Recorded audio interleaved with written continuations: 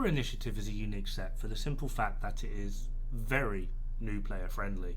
It offers you good damage in the way of both critical hit chance and critical hit damage, as well as offering you fire rate.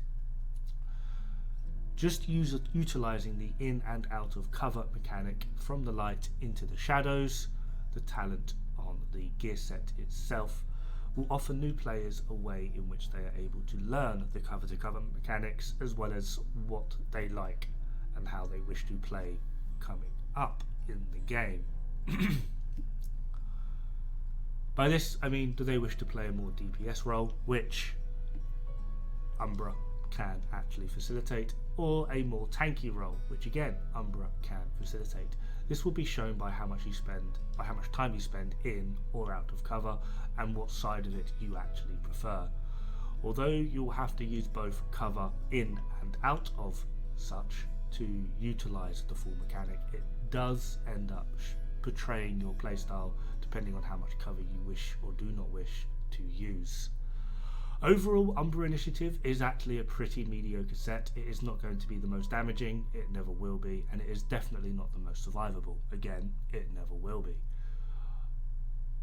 But it's a set that I actually quite enjoy.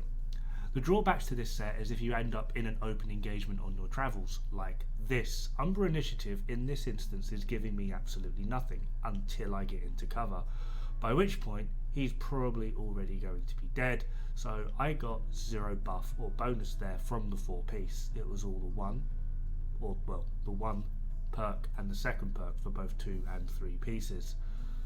It is because of this that I would absolutely argue that the chest piece for Umbra Initiative is completely and utterly suboptimal. An easy way to show this is quite simply by going, we have 100 damage, which is our non-crit, and 100 damage, which is our crit. This is a very overly simplified version of it. Umbra Initiative is, with the chest piece, just going to give us 100 on our crit. Now, if we use something on the lines of Obliterate, that will give us, because we're still using 4-piece Umbra Initiative, 50 on our crit, but it will also give us 25 on our crit and 25 on our non-crit. Which means, in the long run, for a more sustainable and sustained variant of your damage, in terms of just straight up numbers, Obliterate will actually outperform the chest piece, just on its own. Oh, but the fire rate, yes. The fire rate would actually mean something if it was static. It isn't. The fire rate will decay over time with the stacks, as well as decreasing your critical hit damage, where Obliterate, as long as you are firing and hitting your targets, will pretty much remain as a static stat for you while firing, whereas the Umbra 4-piece does not. This means effectively you are then working in a deficit, which is all Umbra basically is. You are having to build up stacks in lieu so that you are always in a deficit. Finding a way out of that, and a very easy way to do it, is actually just going with a slower fire rate weapon and putting strain on it. This basically negates the overall decay effect of the critical hit damage on Umbra itself, so that you always see a DPS climb rather than a DPS fall. Umbra is always strongest when at max stacks first engaging. After that, you are then decreasing your overall performance. Finding a way to either stabilize that or increase that performance is the best way to go. I personally would argue, due to the amount that you're able to regen, that Glass Cannon is absolutely best in slot for Umbra Initiative. That way you are always at your maximum peak, and the only problem you then have is the fall of Umbra. But that is not an issue because Glass Cannon is just that damn powerful. Adding in Glass Cannon to something like Grupo pretty much negates the whole RPM argument overall, simply because it will always do that much more. And in terms of overall DPS, at maximum stack with the chest, Umbra will do slightly more in terms of DPS, although your actual damage numbers will suffer for it, and you don't actually gain that much in the long run overall. Right, just because we love spreadsheets over here, I have prepared a spreadsheet, so put your glasses on And let's start looking at numbers. Now the grey lines that you can see, there's 4 of them. That is the exact same build. The only difference being that I have altered fire rate for the bottom 2. The top 2 build setups are with Umbra at max stacks, and the bottom 2 are with Umbra with no stacks. So build 1 is what I was running, 4-piece Umbra at Memento and Gruppo Glass Cannon. I have not equated Memento into being max at all. The 4th piece that swapped out was replaced with Fox's Prayer for more damage to targets out of cover on the first showing.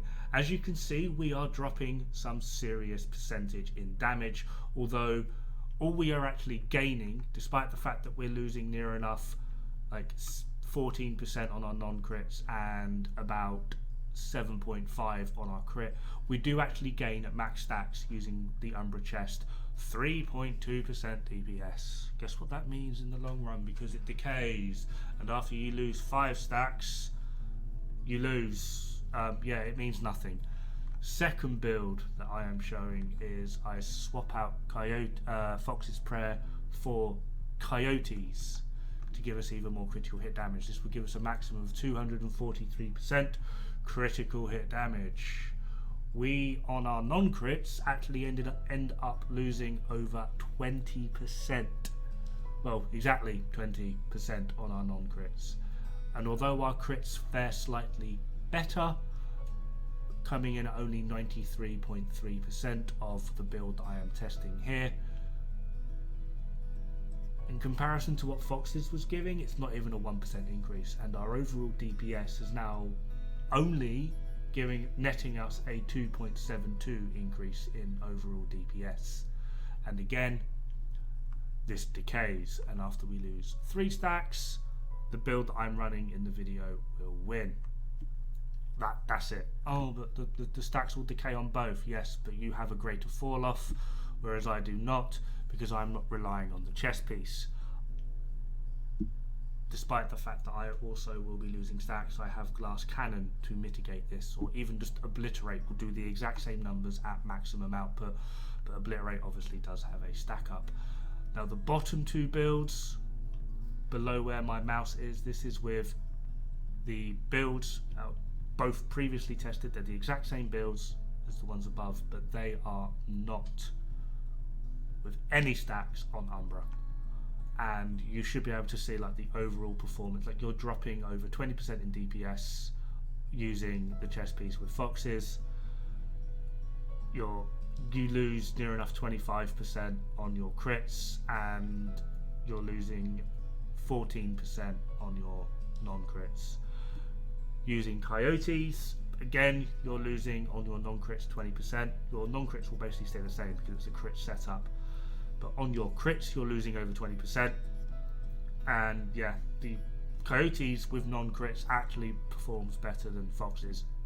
But yeah, it ends up just being a mess. Umbra is 100% not worth it with the chest. It's mostly a waste of time. I did, for a little bit of a joke, test it with a 511 with crit chance, armor regen, and Obliterate. And in terms of overall sustain, it outperformed the Umbra chest piece by 0.81%. So yeah, in terms of statistics, the Umbra chest piece is like probably the worst chest piece in the game. It's like literally dumb. It doesn't do anything. This would be completely different if the chest piece was, the fire rate was static. Like you just gain fire rate. It would only have to be like 10% as well. But just for the fact that it decays and you're unable to sustain it, so the rest of your build has to make up for it by being able to creep up while Umbra creeps down, you end up at a net loss. Umbra is still a set that I really enjoy and really like, and I can imagine it coming in very handy and clutch in a few niche situations, but overall it's really not that good, and the chest piece is absolutely not worthwhile. Backpack would leave up to you, because that is just pure armor regen, so that just completely depends on how regenerating you want to be. But yeah, chest piece 100% guarantee not worth it. Don't even bother. Have fun, good luck, don't die. Bad for the health.